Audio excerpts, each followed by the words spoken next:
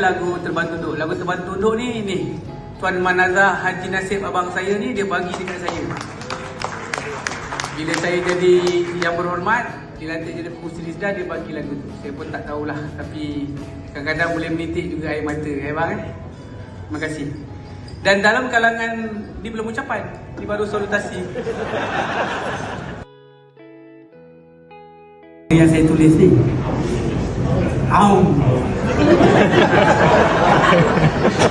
siapa-siapa pernah sampai ke pejabat saya, pejabat Risda lah, akan ada satu ukiran kayu cengal. Kayu cengal tu usianya 100 tahun, dihadiahkan oleh pekebun kecil.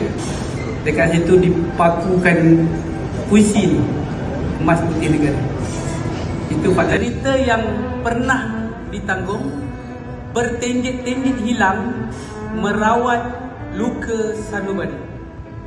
Ya, emas putih itu telah mengubati. Emas putih itu telah merawati.